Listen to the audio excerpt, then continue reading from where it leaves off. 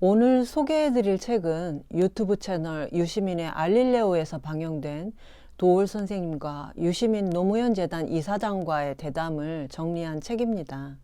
남북 14 정상선언 12주년을 기념하는 공개 대담이었는데요. 작년만 해도 노무현 재단을 포함한 사회단체 150명이 평양에 가서 기념행사를 했다고 하는데, 올해는 북측 인사를 초대하는 것도 잘 안 돼서 도올 선생님을 모시고 우리나라 평화 프로세스에 대한 철학적 진단과 전망을 들어보는 자리였는데요. 저도 유튜브에 올라온 이 대담 영상을 봤기 때문에 책이 나왔어도 얼른 읽어볼 생각은 하지 않았는데, 문재인 대통령께서 도올 선생님의 신간 3권을 읽으셨다는 기사가 났죠. 휴가 기간 동안에 20살 반야심경에 미치다와 소설 슬픈 쥐의 윤회, 그리고 이 책 통일 청춘을 말하다를 읽고 추천하셨다고 해서 제가 출판사에 오타라도 몇 개 찾아드려야 되겠다, 그런 생각으로 읽기 시작했습니다. 그런데 책이 주는 몰입도가 있어서 중간에 끊지를 못하고 앉은 자리에서 다 읽었는데요. 책이 쉽고 내용이 없어서 그런 게 아니라, 사실 제가 이 대담 영상을 재밌어서 2번 봤는데 편집된 부분이 생각보다 많았습니다. 그러니까 실제 대담의 내용은 이 책에 다 있고, 영상에는 포인트만 되는 부분만 들어갔다고 보시면 될 것 같은데요. 책을 읽다 보니까 새카맣게 줄을 쳐가면서 읽게 됐는데, 2007년 남북 정상회담 때 도올 선생님도 평양에 가셨죠. 그때 보고 들으셨던 일화를 말씀하시는데, 유시민 이사장이 "선생님, 이렇게 재미있는 얘기를 왜 책으로 안 쓰셨어요? 책으로 나왔으면 많은 사람들이 읽었을 텐데."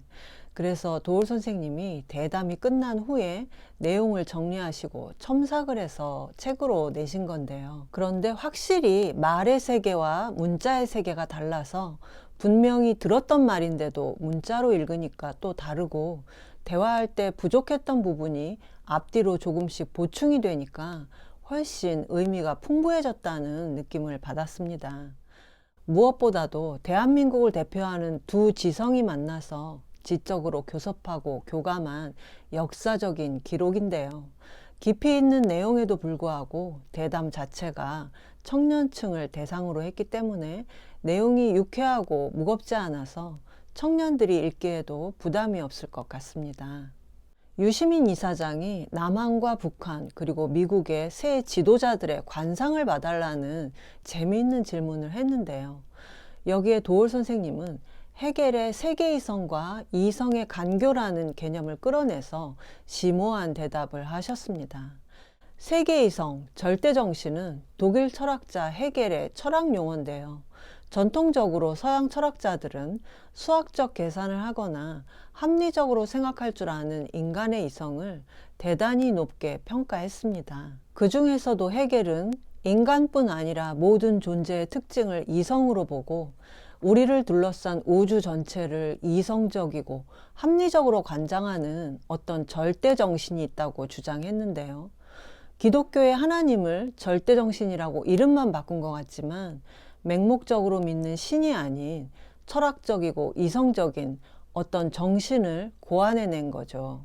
헤겔은 무엇에도 의지하지 않기 때문에 절대적인 이 정신이 특히 인간의 역사를 통해서 자신의 의지를 관철해 간다고 했는데, 하나님처럼 초월적인 힘을 행사하는 게 아니라 몇몇 민족이나 인간을 지목해서 그들을 통해 자신의 목적을 이뤄가는 것을 세계이성의 간교라고 했습니다. 간교는 간사하고 교묘한 계략이라는 뜻이죠.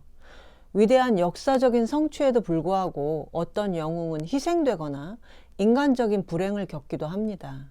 이것은 세계이성이 역사적 인간과 민족을 짓밟으면서 앞으로 나아가기 때문인데요. 그래서 신의 섭리와는 달리 간교라는 부정적인 말로 표현한 겁니다. 아주 유명한 얘기가 1806년에 나폴레옹이 프로이센을 함락하고 예나시에 입성할 때 헤겔이 마침 그 행진을 다락방의 창문을 통해 보면서 "저기 말탄 세계이성을 보라. 저 한 점에 세계정신이 집약돼 있고 세계로 뻗어나가고 세계를 지배하고 있다." 이렇게 말했다고 하는데요. 근대 민법과 법치주의 그리고 시민 평등 사상을 유럽 전체에 퍼뜨리는 데 결정적인 역할을 한 나폴레옹을 그냥 한 인간으로 보지 않고 세계 이성이 집약돼 있는 존재로 본 건데요. 이걸 최근의 사건에 적용해 보면 문재인 대통령과 김정은 위원장이 판문점 군사분계선을 넘어갔다 올 때 지금 세계 이성이 저 판문점 분계선 사이에 두 다리를 걸치고 있다, 이렇게 외쳤어야 한다고 도울 선생님은 말씀하십니다. 문재인, 김정은, 트럼프, 이 세 지도자는 세계에서 유일하게 냉전 시대로 되돌아가려는 남북 문제와 북핵 문제를 해결하기 위해서 세계 이성이 이끌어낸 등장인물이라는 건데요. 도울 선생님은 세 사람이 남한과 북한의 역사 그리고 미국의 역사에서 지금 등장할 수밖에 없는 이유를 세계사적 흐름과 함께 요약해서 설명하시는데, 한 나라의 지도자의 어깨에는 그 나라의 역사와 미래 그리고 국민의 열망이 함께 걸려 있다는 것을 새삼 느낄 수 있었습니다. 유시민 이사장이 "선생님, 어쩌면 그렇게 정리를 잘하세요. 정말 대가의 한 획입니다." 이렇게 말할 정도였는데요. 무엇보다 책을 읽고 있지만 오디오가 지원이 됩니다. 책을 읽는 내내 선생님의 목소리가 들렸는데요. 사실 도울 선생님은 학술적인 책도 물론 좋지만 강연에서 말씀하실 때 시원하게 전체적인 맥락을 뽑아내는 것을 잘 하시는데, 이렇게 어려운 얘기를 쉽고 재미있게 설명해 주실 때 감동을 받고 선생님의 매력에 다시 한번 푹 빠지게 되는 것 같습니다. 저는 책에서 유튜브 대담에 빠져 있는 부분인 세계사적 맥락에서 살펴본 촛불혁명의 의미가 인상적이었는데요. 도울 선생님은 대통령의 탄핵을 이끌어낸 촛불 집회를 촛불혁명이라고 최초로 규정하셨던 분인데, 왜 촛불혁명인가에 대해 자세한 설명이 나오고 있습니다. 우선 혁명은 공자와 맹자가 살았던 고대 중국의 주나라가 역성혁명으로 시작했기 때문에 고전을 공부하다 보면 자주 만나는 말인데요. 혁이 바꾼다, 갈아버린다는 뜻이고, 명이 천명이니까 하늘이 내려준 천명을 바꾸는 것이 혁명인데, 핵심은 봉건 왕조의 왕이 바뀌는 것을 말합니다.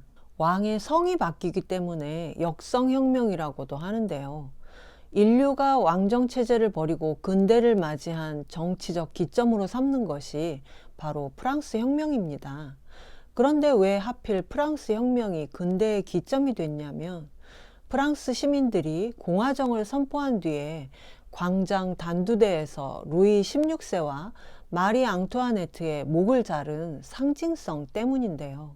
우리도 조선 말기에 민중봉기가 성공해서 광화문 앞에서 도끼로 고종과 민비의 목을 잘랐다면 어땠을까요?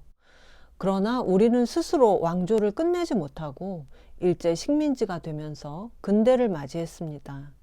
따라서 왕정체제의 논리가 그대로 살아남을 수밖에 없었습니다.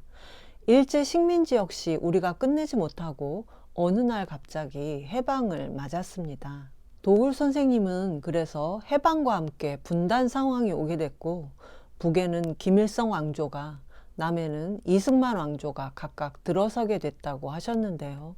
이 두 왕조가 한쪽에서는 전쟁을 벌이면서 이념을 무기로 각자 자기 왕조에 반기를 드는 국민들을 무자비하게 탄압하고 학살했는데, 이것은 임금이 자기 백성을 죽인 것과 마찬가지였기 때문에 나머지 국민들은 아무런 항변을 할 수 없었습니다. 정상적인 민주주의 국가가 아니었다는 거죠. 이승만 정권 때 일어난 일만 해도 경찰과 군인을 동원한 보도연명원 학살과 제주 4.3 항쟁과 여수민중 항쟁까지 자국민을 잔인하게 짓밟은 국가 공권력이 북한군보다 오히려 더 큰 두려움과 공포를 주었는데요. 이렇게 세계에서 가장 극악한 왕조국가 형태의 반공국가가 남한에 뿌리를 내렸는데, 국가 공권력에 의해 희생당한 사람들은 물론 많은 사람들이 수십 년이 지나도록 이 사건들을 방치하고 바로잡지 못한 이유는 바로 국가 공권력에 대한 공포 때문이었습니다.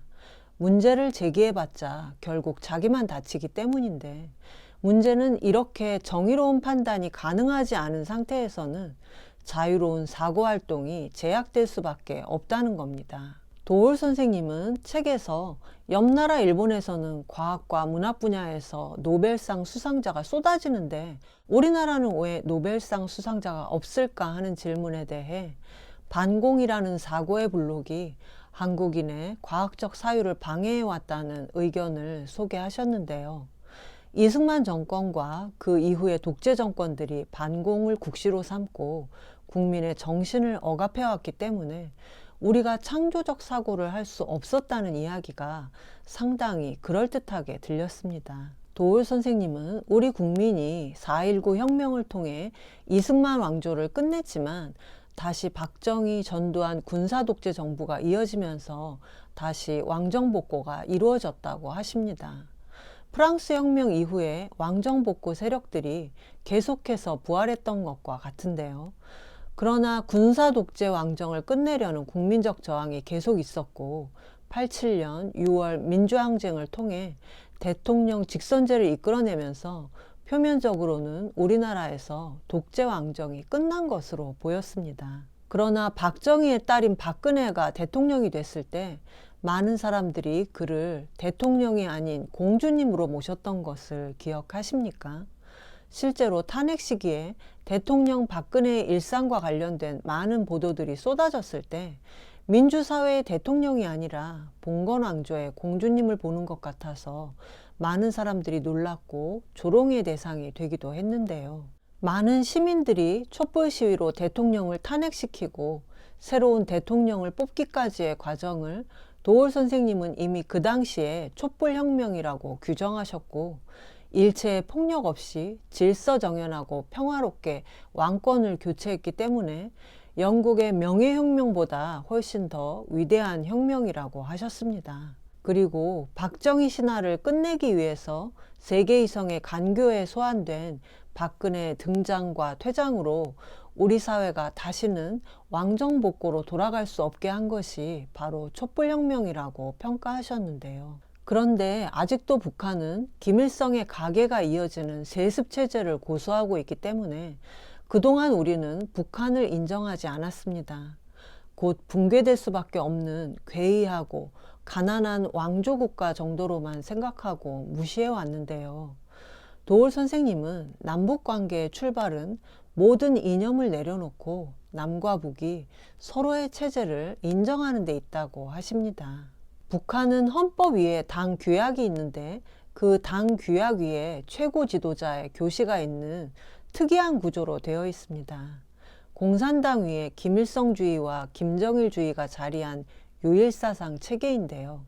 물론 우리가 이것을 받아들일 순 없지만 북한의 국가 운영 법칙이 이렇다는 것을 그냥 인정하자는 겁니다. 우리는 우리 스스로 왕정을 끝낸 혁명의 경험을 가진 사람들인데 북한의 왕정을 인정한다고 해서 정치적으로 이념적으로 위협받을 일이 뭐가 있겠습니까? 사실 우리 사회에서도 유일사상과 세습화가 그렇게 드문 일은 아닙니다.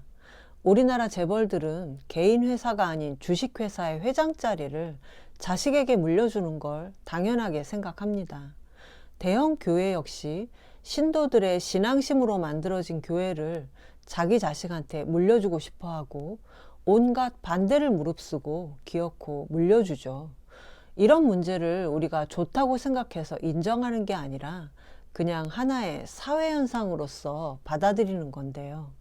하물며 우리와 70년간 떨어져 살아온 북한의 체제를 인정하는 문제가 그렇게 심각할 게 없다는 겁니다. 이렇게 북한을 인정할 준비가 됐다면 도올 선생님은 그 다음은 자유왕래가 필요하다고 하십니다. 그런데 서로의 체제를 인정하는 것에 동의하지 않고 북한 체제를 비방하거나 기독교 전도에 이용하겠다는 생각을 가진다면 자유왕래는 이루어질 수 없겠죠. 그리고 이 이상은 예단하지 말고 후대에 맡겨두자. 자연스럽게 해나가자는 건데요. 우리와 비슷한 역사를 겪은 중국과 대만 역시 내전을 치렀고 정치적 군사적으로 여전히 대립하고 있지만 경제 교류와 인적 교류는 매년 성장해 가고 있습니다. 그런데 우리는 남북 정상이 몇 번이나 만나고 선언을 내놨어도 달라지는 게 없고 오히려 후퇴를 하고 있는데요. 무엇보다 북한의 인권 문제를 걱정한다면서 북한에 대한 인도적 지원까지 북한 퍼주기라고 비난하는 사람들이 있죠. 북한에 대한 경제적 투자는 핵무기 제조에 이용된다는 논리와 통일에는 비용이 많이 든다는 이야기가 마치 사실인 것처럼 퍼지고 있습니다. 그러나 지금 미국의 천문학적인 방위 분담금 요구에서 보듯이 분담 비용이 통일 비용보다 훨씬 더 많이 들 수밖에 없습니다. 북한을 매력적인 경제 파트너로 보겠다는 메타노이아가 미국 대통령으로부터 왔을 때 우리는 깜짝 놀랐지만 지난 10년간 평화의 시계가 멈춰 있었기 때문에 그저 구경꾼으로서 북미 회담을 지켜볼 수밖에 없었는데요. 만약에 북미 회담이 실패로 돌아가면 우리는 어떻게 해야 할까요? 언제까지 북한과 미국의 줄다리기만을 보고 있어야 할까요? 책에서 도올 선생님은 그냥 우리끼리 먼저 왕래하고 평양 능라도 경기장에서 BTS 공연을 열어서 전 세계 젊은이들을 오게 하자 이렇게 말씀하셨는데 당장은 불가능해 보이지만 뭐 상상인데 어떻습니까? 자꾸 말하다 보면 이루어질 수도 있죠. 게임이나 영화, 드라마를 통해서도 얼마든지 남과 북의 만남을 상상해 볼 수 있는 일인데요. 지금은 정치적 상황이 좋지 않다고 해도 이런 상상을 멈추지 말고 사방에서 다양하게 남북 교류가 논의된다면 남북의 만남이 우리 민족의 생명력을 회복하는 길이라는 사회적 합의가 생겨난다면 그래서 마침내 남과 북 사이에 자유왕래가 이루어진다면 서울과 평양, 북경과 유럽이 열차 하나로 이어진 새로운 시대의 청년들은 분단과 반공 논리의 벽에 갇히지 않고 창조적인 사고를 마음껏 펼칠 수 있지 않을까요? 미래 세대인 청년들에게 우리가 만들어가야 할 통일에 대한 올바른 영감을 제시하는 유시민과 도올 통일 청춘을 말하다. 이 책을 새해를 맞이해서 자녀분들과 친구분들께 추천해 주시는 것도 함께 통일을 상상하는 좋은 방법이 될 겁니다.